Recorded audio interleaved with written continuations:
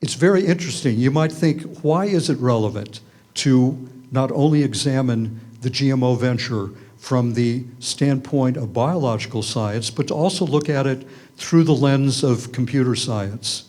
Well, it's very relevant because when you think about it, both endeavors, both technologies, software engineering and genetic engineering, are making revisions to complex information systems. Our genomes, our DNA, is an information system. And in fact, DNA, the genomes of living organisms, are the biggest and most complex information systems on our planet.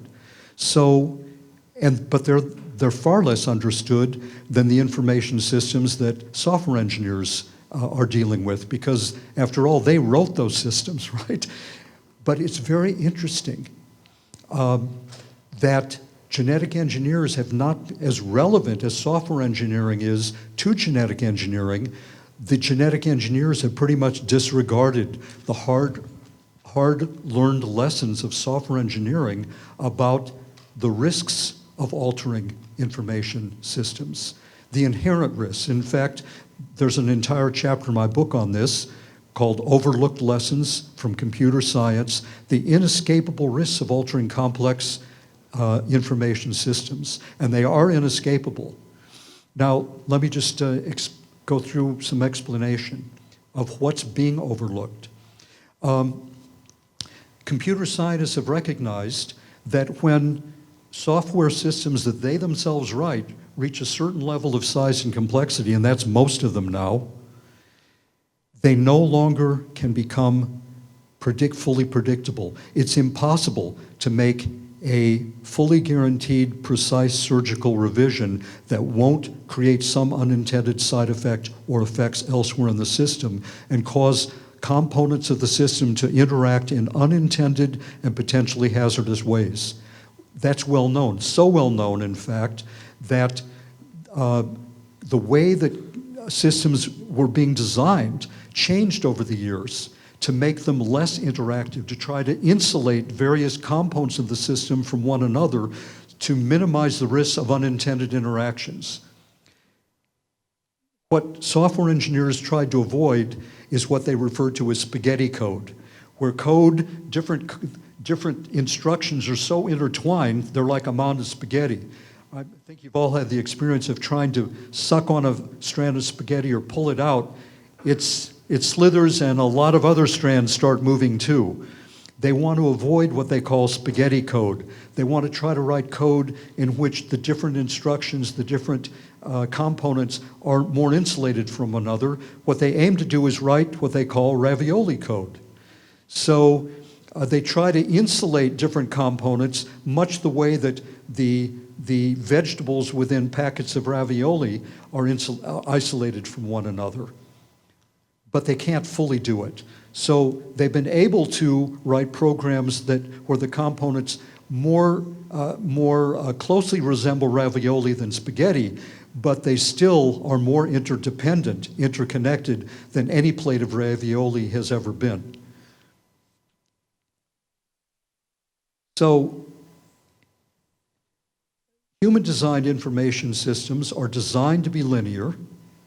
Those are the software systems. And by and large, they function in a linear manner. Although, as I've mentioned and as we'll emphasize more, they do become nonlinear unpredictably, in unpredictable ways. But in bioinformation systems, they are inherently nonlinear. By the way, linear means you do X wanting to get Y, and you're pretty sure that you're going to have the effect of Y. In a nonlinear system, you do X, not only will you probably get Y, you might also get Z or Q, okay? You can't fully predict all of the results of your actions in a nonlinear system. So bioinformation systems are inherently nonlinear.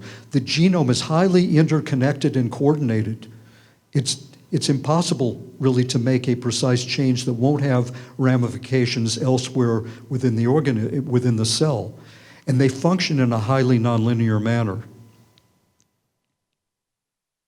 Now again, in human-designed systems, spaghetti code is avoided. There's a minimization of interaction between different components. But in bioinformation systems, They are the ultimate spaghetti code. Unfathomable degree of interaction between the parts. In fact, software engineers have talked about what a massive spaghetti code the genomes are.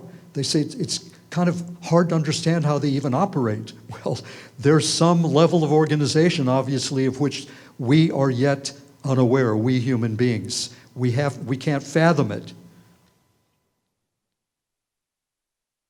Human-designed information systems, they are mind-made. The system's rules and dynamics are comprehended by those who make revisions. But in bioinformation systems, they're not mind-made, they're mind-boggling.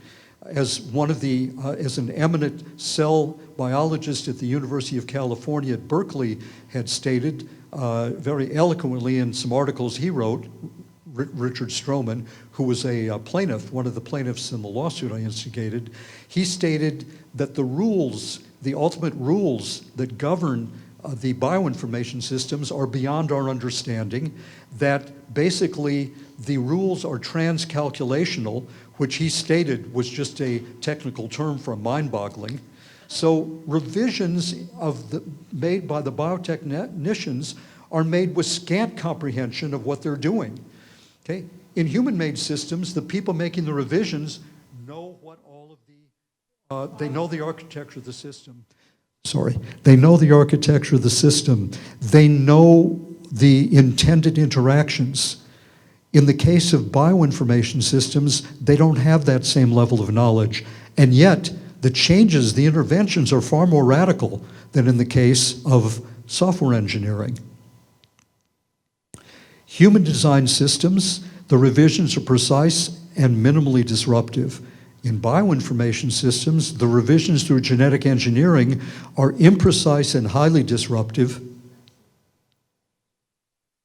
Human-designed systems, small revisions to life-critical systems. Life-critical systems are those that if they malfunction, if there's a bug in them, then human life could be lost, like an airplane guidance system or the software that runs a pacemaker or an X-ray therapy machine. So small revisions to life-critical systems are presumed to entail substantial risk. That's the standard presumption in the case of a life-critical software system.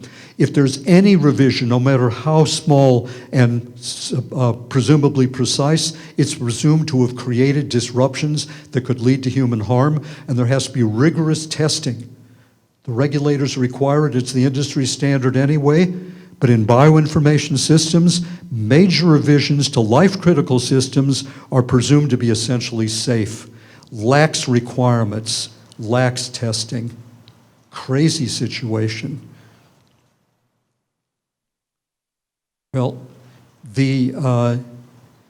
and you might wonder, how is it then that bioengineers could be working, doing this? Well, first, they've disregarded the lessons of software engineering. In fact, many of them talk about how we're just operating like software engineers. They're tinkering around and making changes to information systems, and we're doing it too. And we know what we're doing, and so don't worry. They don't know what software engineers are doing, and they certainly don't understand the implications and the risks of what they're doing. They have overlooked those lessons. Now, one of the greatest ironies is one of the biggest boosters of genetic engineering, genetically engineered foods in special, is none other than Bill Gates. Through the Bill and Melinda Gates Foundation, has been pouring hundreds of millions of dollars that were earned through software engineering into developing a program that is violating the basic principles of software engineering. And I don't think he has made the connection. It's very interesting. Here we have money developed through software engineering that is violating the basic principles and procedures of software engineering by somebody who should know better but apparently does not get it.